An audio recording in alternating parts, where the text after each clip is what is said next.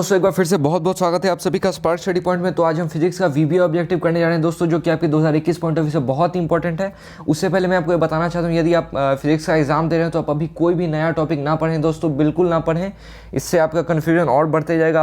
आपने अभी तक जितना पढ़ रखा है उतना ही आप रिवाइज करें, ताकि आपको अच्छे से अच्छे नंबर आ सकें। और यदि किसी को डर है कि मैं फेल कर जाऊँगा, तो आप उनसे मैं रिकमेंड करूँगा कि आप जितना हो सके उतना ऑब्जेक्टिव प्रैक्टिस ज़रूर करें। आप अभी से 10 साल के ऑब्जेक्टिव पूरा जितना हो सके आप उतना ज़्यादा टिक मारें, ठीक है। तो और इस वीडियो के अंत तक बने रहें दोस्तों, इसमें बहुत ही वीवी ऑब्जेक्टिव करने जा रहा हूँ। ये आपके एग्जाम पॉइंट से बहुत ही इंपॉर्टेंट है। तो चलिए इस वीडियो को यहीं शुरू करते हैं। The electric field inside a charge hollow sphere is 1 0 infinite और नेगेटिव। तो इसका सही आंसर होगा आपका 0। Charge on a capacitor of capacity 1 farad connected to a source of 1 volt will be. तो इसका सही आंसर होगा 1 microcoulomb. The motion of electron inside a current carrying conductor, बहुत इंपॉर्टेंट क्वेश्चन है, इज यूनिफॉर्म एसिलेटेड, ड्रिफ्टिंग या decelerated. तो इसका सही आंसर होगा आपका D acylated. Kilowatt per hour is a unit of electric power, electric energy, torque या electric current. ये बहुत ही वीवीआई प्रश्न है, ये कई बार पूछा गया है, 2 नंबर में भी आता है दोस्तों। इसका सही आंसर होगा आपका electric power. Lenses law is associated with the principle of conservation of charge, mass, energy और momentum। लेंजेज और ये 2 नंबर में भी आता है दोस्तों, आप याद रखें। तो इसका सही आंसर होगा आपका energy.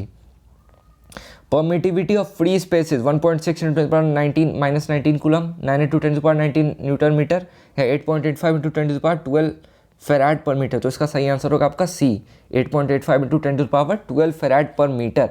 The capacitor of capacitance 50 microfarad is charge with 10 volt. The energy of the capacitor is 2.5 × 10⁻⁴ joule, 2.5 × 10⁻³ joule या 5 × 10⁻² जूल या 1.2 × 10⁸ जूल। तो इसका सही आंसर होगा आपका 2.5 × 10⁻³ जूल। तो आप आंसर ज़रूर याद रखें दोस्तों, कई बार ये डायरेक्ट ही पूछा जाएगा, और यदि आप चाहें तो आप ट्राई भी खुद से कर सकते हैं। When day graph generator is a machine which generates high current, high current and high voltage both, only low current. तो इसका सही आंसर होगा आपका हाई वोल्टेज। तो अगले प्रश्न की ओर बढ़ते हैं दोस्तों। द करंट फ्लोइंग, इसका सही आंसर हाई वोल्टेज, आप याद रखें। और इसका मैं आपको बताना चाहता हूँ कि आप वेन डे ग्राफ जनरेटर का डायग्राम एक बार ज़रूर देख के जाएं, ठीक है। The current flowing through a wire is 1 ampere. If the charge of electron is 1.6 × 10⁻⁻19 coulomb, then the number of electrons flowing through any section of the wire per second is। तो इसका सही आंसर होगा आपका 6.25 × 10⁻18। The working principle of dynamo depends upon heating effect of current, electromagnetic induction, induced magnetism या induced electricity. तो इसका सही answer होगा आपका इलेक्ट्रोमैग्नेटिक इंडक्शन। ये 2 नंबर में पूछा जाता है कि वर्किंग प्रिंसिपल आपको बताना है, तो उसमें आप ये पॉइंट ज़रूर लिखें, कुछ भी खाली छोड़ के नहीं है। ये आपका इलेक्ट्रोमैग्नेटिक इंडक्शन पे होता है। 64 identical drops each of capacity 5 microfarad combined to form a big drop.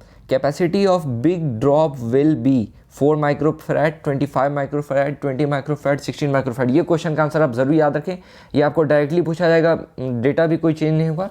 तो इसका सही आंसर होगा आपका 20 माइक्रोफेराड। ये बार बार पूछा गया है, मतलब हर बार ये देखा गया ये क्वेश्चन, इसका आंसर 20 माइक्रोफेराड होगा, ये आप ये ज़रूर याद रखें। When light enters from one medium to another, the quantity which remains constant, ये बहुत ही आसान क्वेश्चन है दोस्तों। इसका सही आंसर होगा आपका फ्रीक्वेंसी। फ्रीक्वेंसी आपका चेंज नहीं होता है जब लाइट एक मीडियम से दूसरे मीडियम में इंटर करता है। Current flows in a wire of resistance 5 having a potential difference 7 volt and for 20 minutes. The heat produced will be 280 कैल, 140 कैल, 1400 कैल या 2800 कैल। तो इसका सही आंसर आपका होगा 280 calorie. The unit of reactance is, बहुत ही इंपॉर्टेंट क्वेश्चन है, महो, ओम, एम्पियर, फेराड। ये आपका 2 नंबर में पूछ देता है कई बार, तो आप इसे ज़रूर याद रखें कि इसका रिएक्टेंस का होता है वो आपका ओम होता है। तो अगले प्रश्न की ओर बढ़ते हैं। On increasing length of tube of a compound microscope it's magnifying power decreases, increases, become 0, does not change. तो इसका सही आंसर होगा आपका इंक्रीजेज। जो मैग्नीफाइंग पावर होता है वो आपका increasing the length of a tube of compound microscope of its magnifying power increase होता है दोस्तों। For a light ray passing through a prism, angle of incidence I1 and angle of emergence I2 in case of minimum deviation of ray is I1 = I2, I1 greater than I2। इसका सही answer यही होगा दोस्तों, I1 = I2। ठीक है।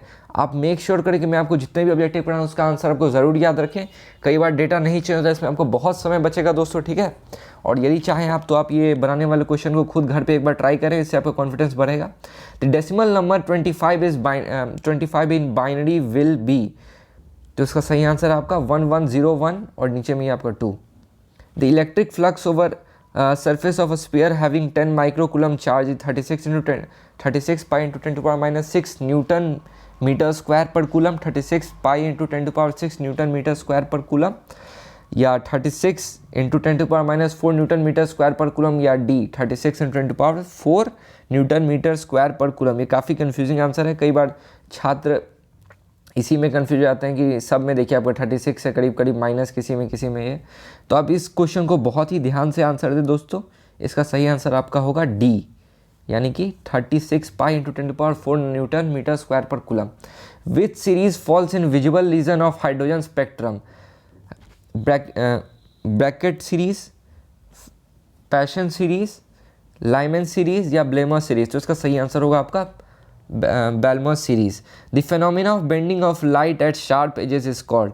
ये question का answer आप कमेंट जरूर करें दोस्तों, ठीक है, ये आप कमेंट करें। The equivalent capacity between A and B of the circuit element shown in the figure below is 9 microfarad, 1/9 microfarad, 20/9 microfarad.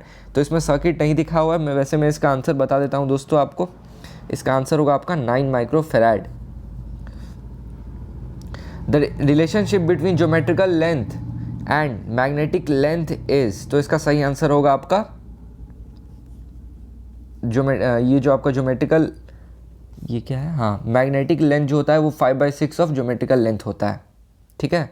Refractive index of water and glass is and respectively the critical angle for light रे entering from glass into water is, तो इसका सही answer है आपका sine inverse 8/9। ये आप ज़रूर याद रखें, कई बार पूछा जाता है, डेटा भी नहीं चेंज होता है।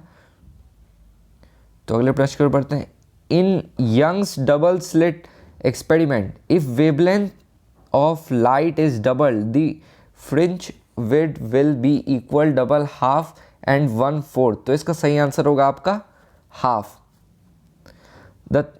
A 3 times magnified virtual image of an object is kept at a distance of 24 centimeter. For a convex lens is formed, focal length of this lens is, तो ये आंसर आप मुझे कमेंट करके ज़रूर बताएं कि आपने किस तरीके से बनाया है। तो मैं इसका सही आंसर वैसे बता दे रहा हूँ, कई छात्रों को दिक्कत ना हो। इसका सही आंसर होगा आपका 36 सेंटीमीटर। ये आप मुझे कमेंट करके बताएं दोस्तों। और मैं आपको अगले वीडियो का लिंक भी इस वीडियो के डिस्क्रिप्शन में दे दूंगा, तो आप मेक श्योर करें कि आप पार्ट 2 भी ज़रूर देखें, तो आपका एग्ज़ाम बहुत ही अच्छा जाए। Best of luck for your physics exam. तो चलिए, बहुत बहुत धन्यवाद दोस्तों, और इस चैनल को ज़रूर सब्सक्राइब करिए। धन्यवाद।